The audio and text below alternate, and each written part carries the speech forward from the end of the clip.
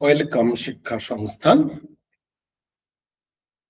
UGC net JRF যাদের প্রকৃত স্বপ্ন, যাদের স্বপ্ন অ্যাসিস্ট্যান্ট প্রফেসর হওয়ার, যাদের স্বপ্ন জেআরএফ নিয়ে পিএইচডি করার, যাদের স্বপ্ন ভবিষ্যৎ জীবনের উচ্চ শিক্ষার গণ্ডিতে নিজেকে অন্তর্ভুক্তি করার, তাদের জন্যই কিন্তু ইউজিসি নেট জেআরএফ।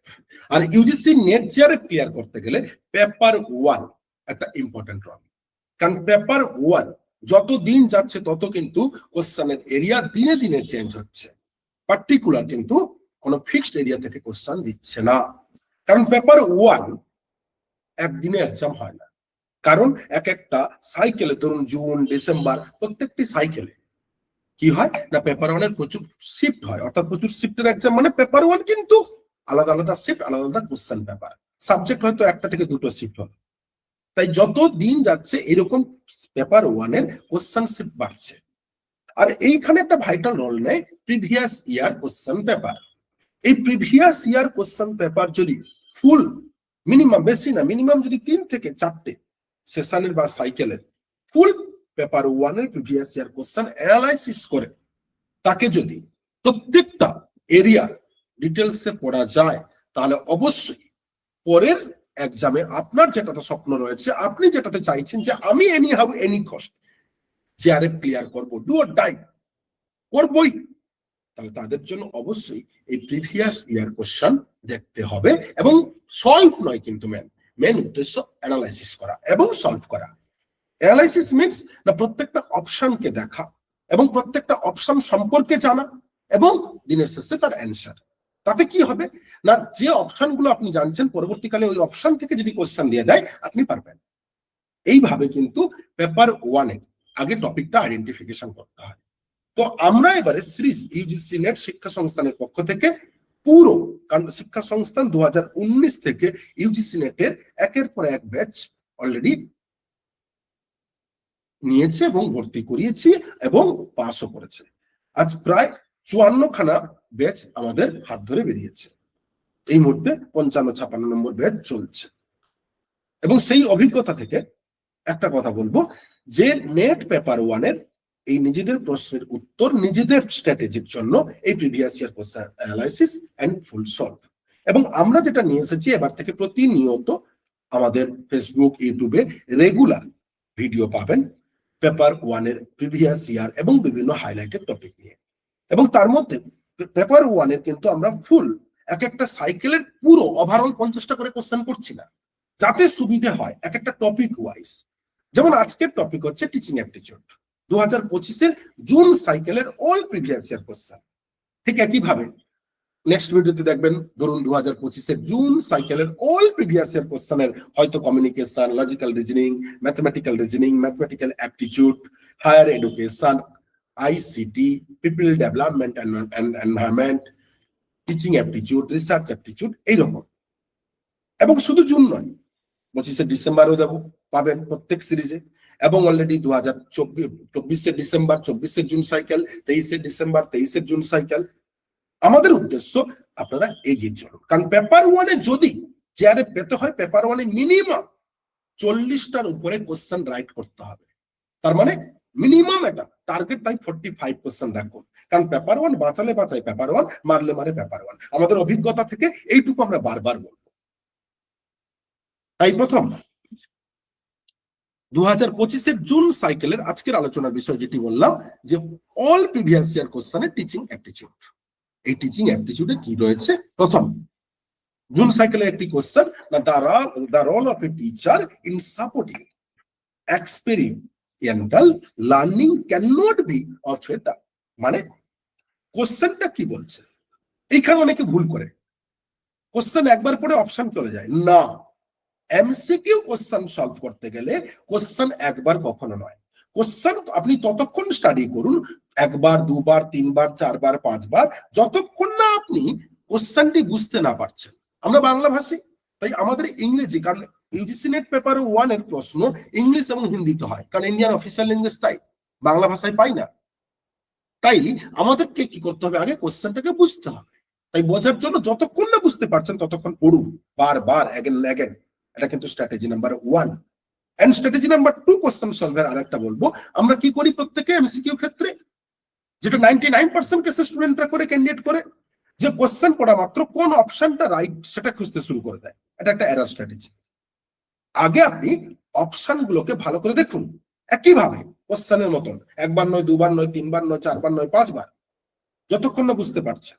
বোঝার পরে এক একটাকে রিজেক্ট করুন, অর্থাৎ আপনার কোশ্চেনের সাথে কোশ্চেন অনুযায়ী যে প্রশ্ন চাইছে সেই উত্তর কোনটা হবে না সেটা রিজেক্ট করুন। এইভাবে রিজেক্ট করতে করতে যেটা আপনার সিমিলার সেটাই কিন্তু অ্যান্সার করুন। অর্থাৎ 4টে অপশনই স্টাডি করতে হবে এবং রিজেক্ট করে অ্যাকসেপ্ট করা, এটা একটা ভাইটাল স্ট্র্যাটেজি। তাই টিচিং অ্যাপ্টিটিউডের ক্ষেত্রে ব্যতিক্রম নয়। তো নাম্বার 1 এই যে কোশ্চেন বলছিলাম, the role of a teacher in supporting experiential learning can not be of হেতা, মানে মূলত যে বিভিন্ন ধরনের অভিজ্ঞতা কেন্দ্রিক শিক্ষণের ক্ষেত্রে একজন টিচারের গুরুত্বপূর্ণ সাপোর্ট হিসাবে এই নিজের কোনটা নয়, কোনটা কাজ করে না, মানে টিচার হিসাবে তিনি সাপোর্ট করছেন, নিজের কোনটা ভূমিকা নয়। প্রথমত টিচার অবশ্যই রোলে টিচার যদি বলা হয় লার্নিং এ কোচ, অবশ্যই teacher is a guide, teacher is a mentor, teacher is a motivator, teacher is a tutor, teacher is a counsellor. তারা এগুলো কি দ্য সাপোর্টিং রোল হিসাবে, কিন্তু এখানে বলছি কোনটা নয়, তাহলে কোচ মেন্টর নয়, এখানে দুটো সিমিলার, মানে টিউটর, তিনটে কি পজিটিভে কিন্তু অ্যান্সার চেয়েছে নেগেটিভে। তার মানে কোনটা হবে এখানে না টেকনোলজি। টেকনোলজি কি করে না এক্সপেরিমেন্টাল লার্নিং এ নয়, অভিজ্ঞতা কেন্দ্রিক শিক্ষণে কাজ দেয় না, সেটা দেয় এক্সপেরিমেন্টাল লার্নিং এ, প্র্যাকটিক্যাল লার্নিং এ, ফিল্ড লার্নিং এ, ল্যাবরেটরি লার্নিং এ। সেই সব ক্ষেত্রে কিন্তু এই টেকনোলজির গুরুত্বপূর্ণ ভূমিকা থাকে। Okay, next 2 number, which of the following is not considered as self generated feedback, মানে আমাদের প্রশ্ন হচ্ছে যে এর মধ্যে কোনটা একজন টিচারের সেলফ জেনারেট, অর্থাৎ নিজে তিনি যে ফিডব্যাক নেবেন, কোনটা নয়, কোনটা তাকে শিওর করে না। না দেখুন, অ্যাসিওরেন্স, নিশ্চয়তা, তার সেলফ জেনারেট ফিডব্যাকে কোনটা তাকে কি করে না, বারবার বলছি, কনসিডার করছে না, জেনারেল সেলফ মানে নিজের ক্ষেত্রে, না নিশ্চয়তাটা নয়। প্রিভিউইং হবে, রিট্রেক্টিং হবে, অবজারভেশন হবে, কিন্তু অ্যাসিওরেন্স এখানে নয়। Next 3 number, arrange the level of Bloom taxonomy from lower to higher order in the cognitive domain, মানে বেঞ্জামিন ব্লুমের যে 3 ডোমেন রয়েছে ইভালুয়েশনের ক্ষেত্রে, কারিকুলামের ক্ষেত্রে, কগনিটিভ, সাইকোমোটর, অ্যাফেক্টিভ, তার মধ্যে কগনিটিভ ডোমেনের যে অলরেডি 6টা স্টেজ রয়েছে, সেই স্টেজগুলোকে কি বলছে সিকোয়েন্স আকারে সাজাও, কোনটা আগে কোনটা পরে। না প্রথমত আগে হচ্ছে কিন্তু যেটা মূলত এর মধ্যে দেখি না remembering first sequence wise revised Bloom taxonomy. Next কি না রিভাইজড এর পরে হচ্ছে রিমেম্বারিং এর পরে কি না হচ্ছে অ্যানালাইসিং, আন্ডারস্ট্যান্ডিং। তাহলে আগে রিমেম্বারিং, নেক্সট আন্ডারস্ট্যান্ডিং, তারপরেই হচ্ছে কি না অ্যাপ্লাইং, তারপরেই হচ্ছে অ্যানালাইজিং, আর তারপরেই হচ্ছে ইভালুয়েটিং, আর লাস্ট হচ্ছে ফিডব্যাক। তো এই মুহূর্তে 4টে এই সিকোয়েন্স। তাহলে এই সিকোয়েন্সে কোনটা অ্যান্সার হবে দেখুন, না এই সিকোয়েন্সে কিন্তু 2 নম্বর। Next, what among the following are known as assessment instruments, অর্থাৎ এর মধ্যে নিচের কোনটা অ্যাসেসমেন্ট, ইভালুয়েশনের একটি অন্যতম পার্ট অ্যাসেসমেন্ট, আরেকটি পার্ট টেস্টিং, আরেকটি পার্ট মেজারমেন্ট, সেই অ্যাসেসমেন্টের কোনটা ইনস্ট্রুমেন্ট, উপাদান, উপকরণ নিচের মধ্যে জানতে চাইছে কোনটা। না সেখানে আমরা দেখে নেব অলরেডি যে টেস্ট নাম্বার 1 অপশন এ কি বলছে না টেস্ট, অপশন বি কি বলছে না এক্সামিনেশন, অবশ্যই রুব্রিক্স, ওয়ার্কশিট, কুইজ। এবারে বলছে এইগুলোর মধ্যে কোন কোনটা ইনস্ট্রুমেন্টের অ্যাসেসমেন্টের ইনস্ট্রুমেন্ট হিসাবে কাজ করে। না দেখো সবকটাই কাজ করে, সবকটাই অ্যাসেসমেন্টের ইনস্ট্রুমেন্ট। যেমন বললাম অ্যাসেসমেন্টের test, examination, rubrics, worksheet, quiz. Test মানে না অভিক্ষা নেওয়া, মানে কন্ডিশন, বর্তমান অবস্থা, প্রেজেন্ট কন্ডিশন জানার জন্য টেস্ট নেওয়া হয়। এক্সামিনেশন মানে না পুরো এরিয়ার তার বর্তমান কি করছে না করছে তাকে জানার জন্য। আর রুব্রিক্স কি না, রুব্রিক্স হচ্ছে এই টেস্ট থেকে পাওয়া, এক্সামিনেশন থেকে পাওয়া ডেটাকে স্ট্যাটিস্টিক্যালি ক্যালকুলেশন করা হয়, রাশি বিজ্ঞানের মাধ্যমে ক্যালকুলেশন করা হয়। আর ওয়ার্কশিট কে কত স্কোর করেছে না করেছে, কি কাজ করেছে না করেছে তার একটা সেট, এবং কুইজ হচ্ছে রেগুলার অ্যাক্টিভিটি জানার জন্য। তারা সবকটাই অ্যাসেসমেন্টের ইনস্ট্রুমেন্ট। ওকে, তার মানে এর অ্যান্সার কিন্তু যদি আমরা বলি কি হবে না ABDE, অর্থাৎ অপশন নাম্বার 4। নেক্সট প্রশ্ন, ম্যাচিং দিয়েছে কি না লিস্ট 1 এন্ড লিস্ট 2 বলছে। 5 নম্বর প্রশ্ন কি দিচ্ছে না encouraging students deep approaches to learning objectives, learning objectives, এবং তারপরেই বলছে কি the summative and formative assessment to be learning oriented, facilitates dialogic forms of feedback involving some personal student investment। Matching এর ক্ষেত্রে একটা স্ট্র্যাটেজি এখানে বলে রাখি, প্রতি মুহূর্তে এটা ফলো করবেন সকলে। ম্যাচিং এর ক্ষেত্রে আগে 4টে অপশন, লিস্ট 1 এবং লিস্ট 2 4টে অপশন একবার হলেও ওয়ান টাইম একবার চোখে দেখে নেবেন, মানে আই কন্ট্যাক্ট, ডিটেলস দেখার দরকার নেই, আগে আই কন্ট্যাক্ট। তারপরে লিস্ট 1 এর লেফট সাইড থেকে এক একটি অপশন অনুযায়ী, ধরুন এ অপশন, বি অপশন, এ অপশনের এবারে কোনটা অ্যান্সার হবে খুঁজুন, বির কোনটা হবে খুঁজুন, সির কোনটা লিঙ্ক আপ হবে, ডির কোনটা লিঙ্ক আপ হবে। তাহলে এই লিঙ্ক আপ করার আগে কিন্তু আগে অবশ্যই 4টে অপশন এ list 1 and list 2 eye contact করুন। তাতে কি হয় না একটা মোটামুটি কিছু টার্ম আমাদের মস্তিষ্কে অলরেডি ইনভলভ থাকে। তাহলে যদি বলা হয় কোনটা হবে না encouraging students deep approaches to learning objective, মানে শিক্ষণের উদ্দেশ্যে স্টুডেন্টদের জন্য কোনটা এনকারেজ করায়। Task design should approach from a program wide perspective, মানে এর 2, B the summative and formative, কোনটার মধ্যে না assessment of student motivation, yes, B এর 4, সি ফ্যাসিলিটিং এটসেট্রা, তাহলে কোনটা না ফিডব্যাক, সি এর 1, এবং বাদ বাকি পড়ে আছে ডি এর 3। দেখুন ডিটা দেখতে হবে না, কিন্তু প্রথম 3টে করা মাত্র ডিটা অটোমেটিক চলে গেল। তাহলে এর মধ্যে কোনটা অ্যান্সার হবে না আমাদের এর মধ্যে অ্যান্সার হবে কিন্তু 2। Next 6 number, arrange the following components in the context of effective learning environment। এর মধ্যে কি করতে হবে না কোন কনটেক্সটটা এফেক্টিভ লার্নিং এনভায়রনমেন্টে আগে পরে রয়েছে তা সিকোয়েন্স ওয়াইজ। এটাই ইউজিসি নেটের অন্যতম একটা কোশ্চেনের প্যাটার্ন, পেপার 1 বা পেপার 2 তে সিকোয়েন্স ম্যাচিং। সোশ্যাল সায়েন্সে তো প্রচুর সিকোয়েন্স দেয়, সময় কম হাতে, তার মধ্যে অলরেডি কোশ্চেন স্টাডি করে অপশন স্টাডি করে অ্যান্সার দিতে হয়। তাহলে যদি বলা হয় কোশ্চেন পড়ুন এফেক্টিভ লার্নিং এনভায়রনমেন্টে কোন পয়েন্ট গুলো আমাদের এখানে সিকোয়েন্স ওয়াইজ আগে পড়ে সিরিয়ালি সাজা।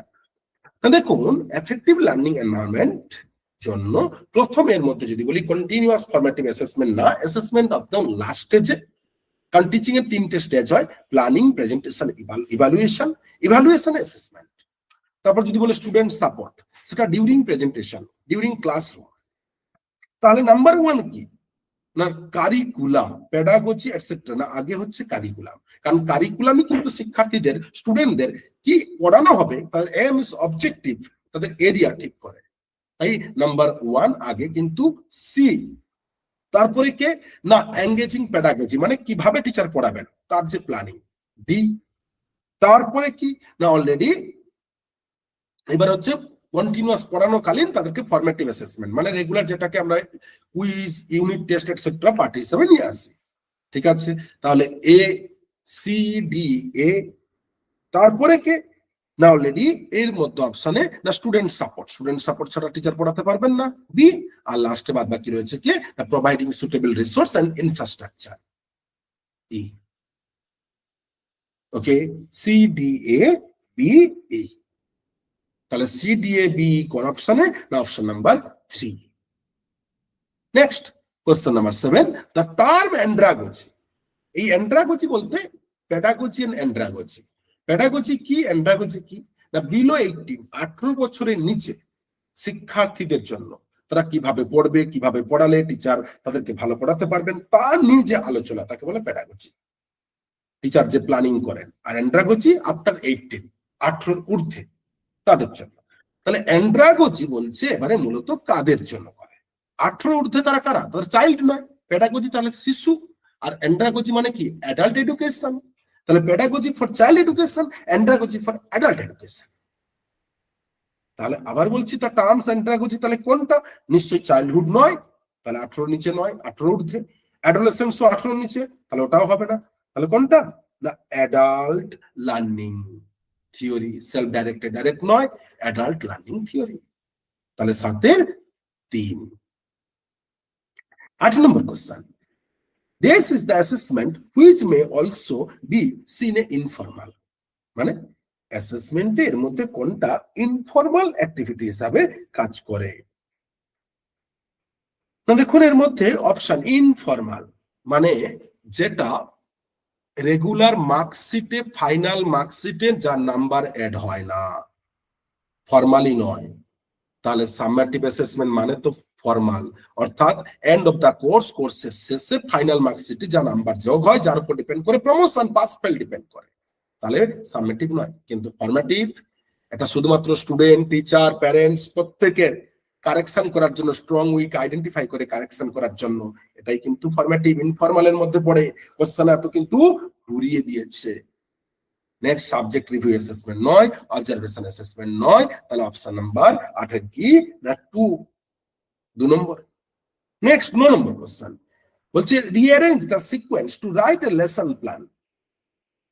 লেসন প্ল্যান, তাহলে নাম্বার 1 বলছে লেসন প্ল্যানের সিকোয়েন্স। লেসন প্ল্যান মানে একজন teacher before joining a class, একজন টিচার ক্লাসরুমে জয়েন করার আগে তিনি ক্লাসরুমে তার যে নির্দিষ্ট সময় আছে, হয়তো 40 মিনিট, 45 মিনিট, ওই নির্দিষ্ট সময়ে তিনি কি পড়াবেন, কি কি প্রশ্ন করবেন স্টুডেন্টদের, কতক্ষণ পড়াবেন, তিনি পড়ানোর জন্য কত সময় দেবেন, ফিডব্যাকের জন্য কত সময় দেবেন, কারেকশনের জন্য কত সময় দেবেন, তার যে প্ল্যানিং, শর্ট প্ল্যানিং, সেটাই কিন্তু মূলত লেসন প্ল্যান। তাহলে এবারে বলছে সেই লেসন প্ল্যানের কি? না সিকোয়েন্স। তাহলে সিকোয়েন্সে কি আমরা দেখবো? প্রথমত লেসন প্ল্যান সিকোয়েন্স, না 1 বলেছে লেসন ওপেনিং, 2 রিপ্ল্যানিং, 3 লেসন লেআউট, 4 হচ্ছে ক্লোজার অফ লেসন, 4 এবং হচ্ছে 5 নম্বর কি? না এক্সটেন্ডেড প্র্যাকটিস। দেখুন এর মধ্যে প্রথম প্রয়োজন কিন্তু কি? প্ল্যানিং। উইথাউট প্ল্যানিং কিছু হয় না, আগেই বলেছি। তাই লেসন প্ল্যানের ফার্স্ট হচ্ছে বি, প্রি প্ল্যান। প্রি প্ল্যানের পরে কে আসে? না অলরেডি লেসন ওপেনিং, এবারে কি পড়াবো সেটা ঠিক করা, তাহলে বির পরে এ। এরপরে কি? না লেসন লেআউট, তার সম্পর্কে মোটামুটি একটা concept, overall look, C, B, A, C. Next কি? না অলরেডি ই, অর্থাৎ এক্সটেন্ড প্র্যাকটিস, স্টুডেন্টদের বারবার প্র্যাকটিস করানো, এবং লাস্টে গিয়ে যে এন্ড অফ দা ক্লাস, আজকে লেসন শেষ, ডি। তাহলে B, A, C, E, D. Okay, B, A, C, E, D কোন অপশন রয়েছে? না option number 4। Next question number 10, when a teacher uses lectures method, then একজন টিচার যখন lectureship method follow করছেন, মানে চক এন্ড টক মেথড, মানে যেখানে student psychology না বোঝে, টিচার নিজের মতন, নিজের নলেজ, নিজের ফিলিংস, নিজের ইমোশন, নিজের নিডস, নিজের ডিমান্ড, নিজের ক্যাপাবিলিটি, অ্যাবিলিটি ওয়াইজ অনুযায়ী পড়ান, তাহলে সেই লেকচারশিপ মেথডে মূলত কি ব্যাপার থাকছে? না দেখো লেকচারশিপ মেথডের অনেকগুলো অপশন দিয়েছে, দিয়ে বলছে তারও সিকোয়েন্স এখানে। দেখুন ম্যাক্সিমাম তাই সিকোয়েন্স।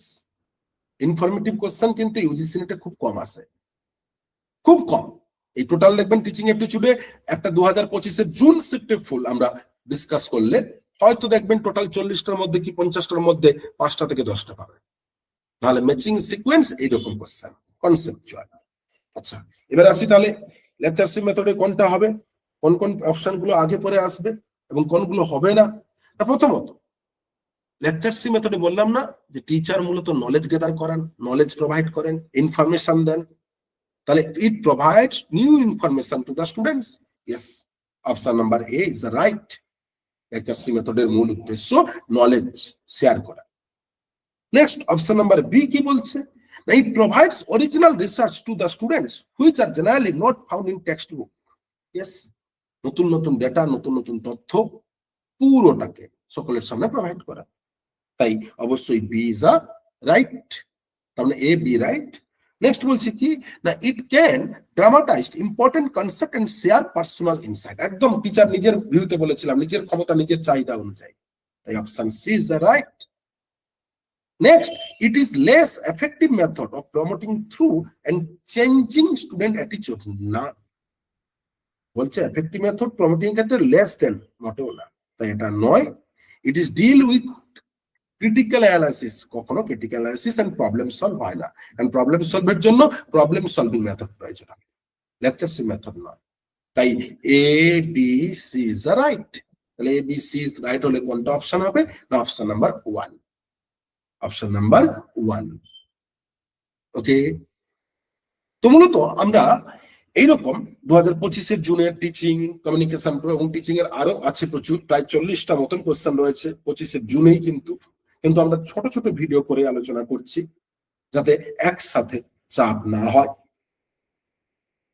প্রতিদিন যেটুকু করছি সেটুকু পুরোটা প্রত্যেকটাকে নিজের মতন বোঝা, ফুটনোট করা, প্রত্যেকটা অপশন অনুযায়ী যে ছোট ছোট শর্ট কনসেপ্ট আমরা প্রোভাইড করছি সেটাকে নোট ডাউন করা এবং তাকে নিয়ে আবার প্র্যাকটিস করা।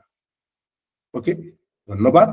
প্রত্যেকে সাবস্ক্রাইব করো যাতে ইউজিসি নেটের পেপার 1-এ anyhow any cost do or die 45টা প্রশ্ন অর্থাৎ 90 মার্কস নিতে পারো, তাহলে আর চেয়ারে কারোর ক্ষমতা নেই আটকানো।